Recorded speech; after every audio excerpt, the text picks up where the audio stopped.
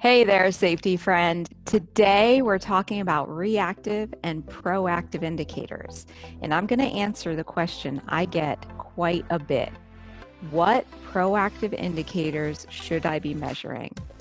Let's get to it.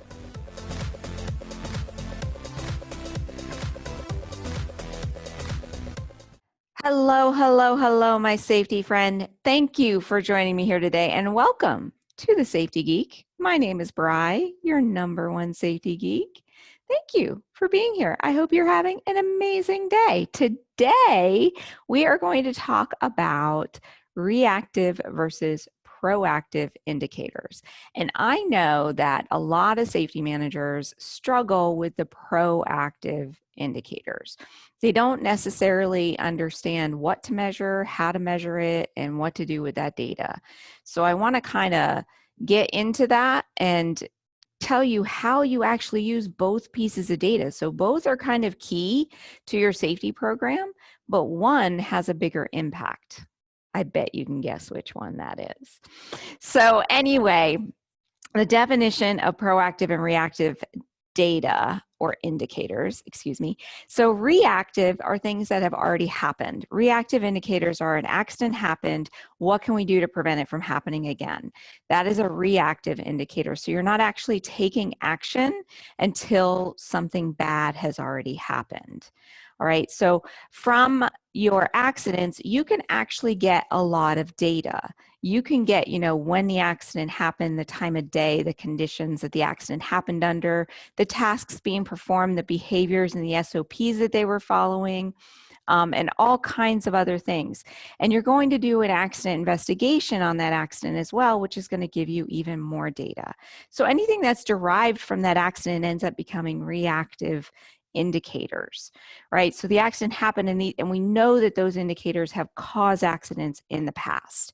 We're actually going to use that data to help us find proactive indicators, but just understand that that is reactive data. So anything that you're doing in a reaction to an accident or a bad thing happening, it could be an accident, an incident, a near miss, anything like that, that is reactive. Proactive data are the indicators that you're going to be tracking from before an accident happens or a bad thing happens. It is the watching everybody going, okay, we're going to make sure you're safe so that way you don't get hurt. And how can we make sure that you stay safe type of thing. So proactive happens before an accident happens. So what can we be looking at? What can we be measuring that would give us an indication that we're getting close to an accident happening and we have to kind of step in and make some changes? All right, so I want to tell you about Heinrich's triangle.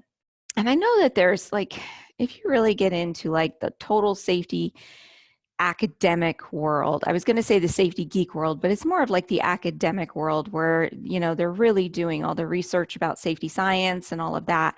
There is definitely some pushback on Heinrich's triangle, but I want to share it with you anyway because I think it has some valid points. And when you actually look at how research is done and theories are developed, it's not saying that 100% of the time it's going to be right. It means that a significant amount of the time it's going to be right. So what Heinrich's triangle says is that for every one fatality, there is a greater number of severe accidents. And for all of those severe accidents, there's a greater number of first aid accidents, leading to deriving from a greater number of near misses, deriving from a greater number of unsafe acts and unsafe conditions.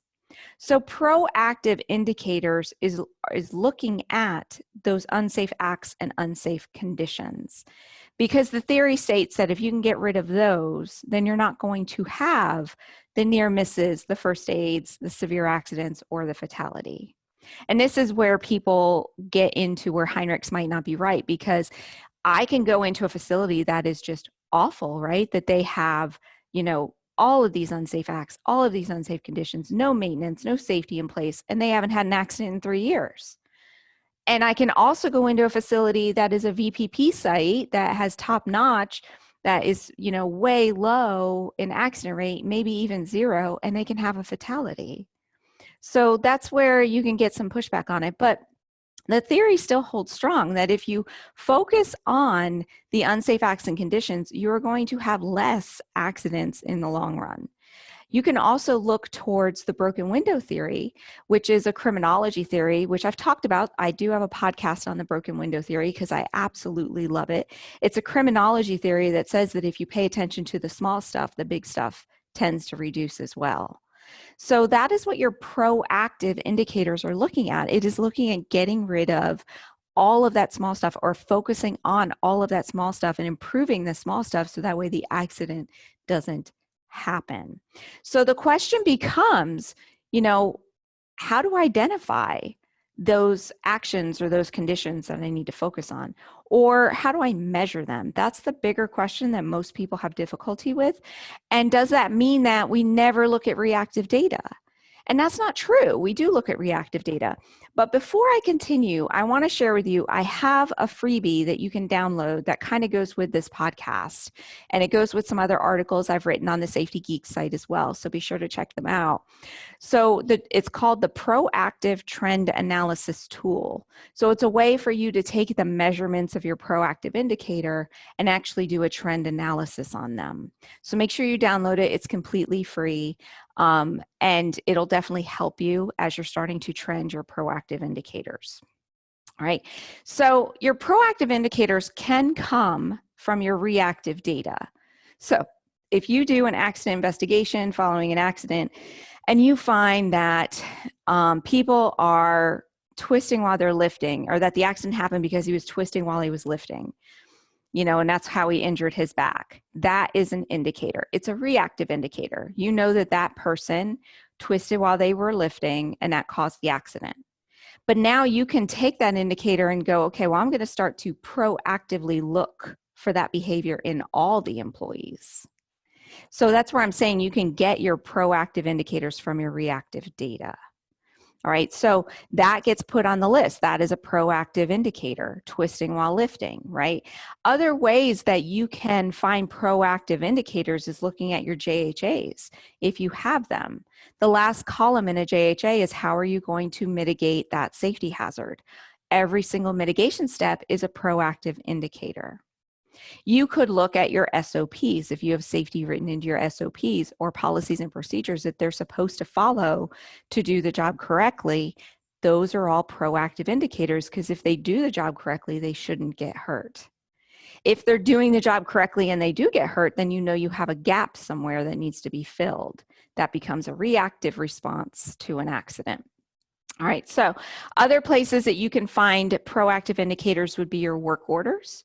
So if you go to your maintenance department and run a work order report or find out what maintenance items they've been working on, those are all indicators. Those could all be things that cause accidents. And why, like if you all of a sudden look at your work orders and you have a ton of electrical issues, then you need to tighten up your electrical safety policy because something's not right there, right? Another thing could be inspections. So if you look at your inspection reports and start trending those could be proactive indicators. So that way it gives you other things that you can look at. So now that you have this list of all of these proactive indicators, the next step is going, how can I measure that indicator? You have to have some way to quantify that data in order to measure it so you can see where you are and how you can improve upon it. So I had this location one time that had a major housekeeping issue. Like it didn't matter what time of day, there was just trash everywhere and everybody just accepted it. And they wanted to improve their housekeeping because it was causing slips and falls, it was causing slowdowns in production. But how do you measure debris on the floor, right? It's like, what are we going to do? Go out there and count trash?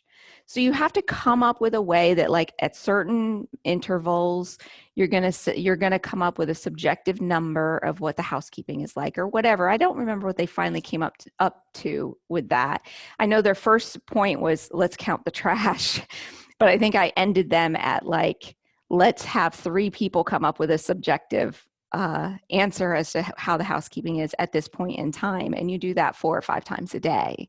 And then that becomes your measurement.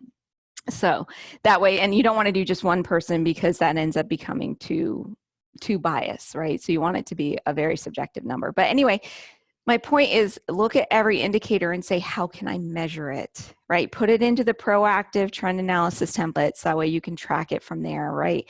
But the important part is that when things are measured, they can be managed. When things are measured, they can be improved upon. You can't just sit there and go, yep, the housekeeping is definitely an issue. It's causing slips and falls. We need to improve housekeeping. How would you know when you were successfully improved it? It becomes very, very subjective. So pictures could be one way that you're measuring it too. You just have to have a way to actually really, really quantify that number and come up with a way to measure success. Right. So the next step is that you want to look at all your data. So the law of large numbers states that as your sample size grows, more accurately can you predict your trends. That means you need a large sample size to find your problem areas. Therefore, you have to be doing more inspections. You have to be doing more observations.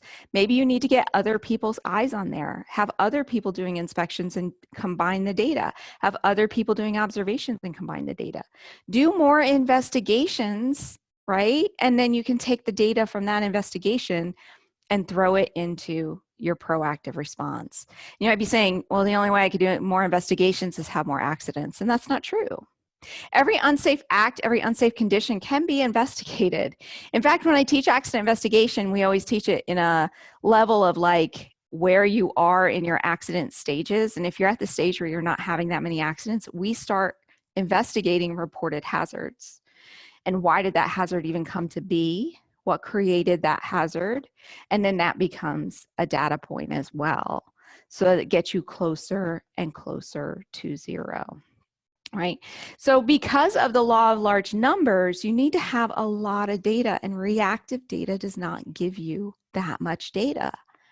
But we as safety managers, we're constantly looking at it, right? Every month we go to the manager's report and we report on the injury rates and the accident rates and what type of injuries we're having, right? Those numbers never change. Reporting on them every month does you no good unless you're having an accident every single day. So change your reporting structure. Don't look at reactive data. Just don't look at it at all. You know, you do your accident investigation, you get your data points from that, you move it into proactive, you look at your reactive trends on a quarterly basis. Look at them every 6 months even.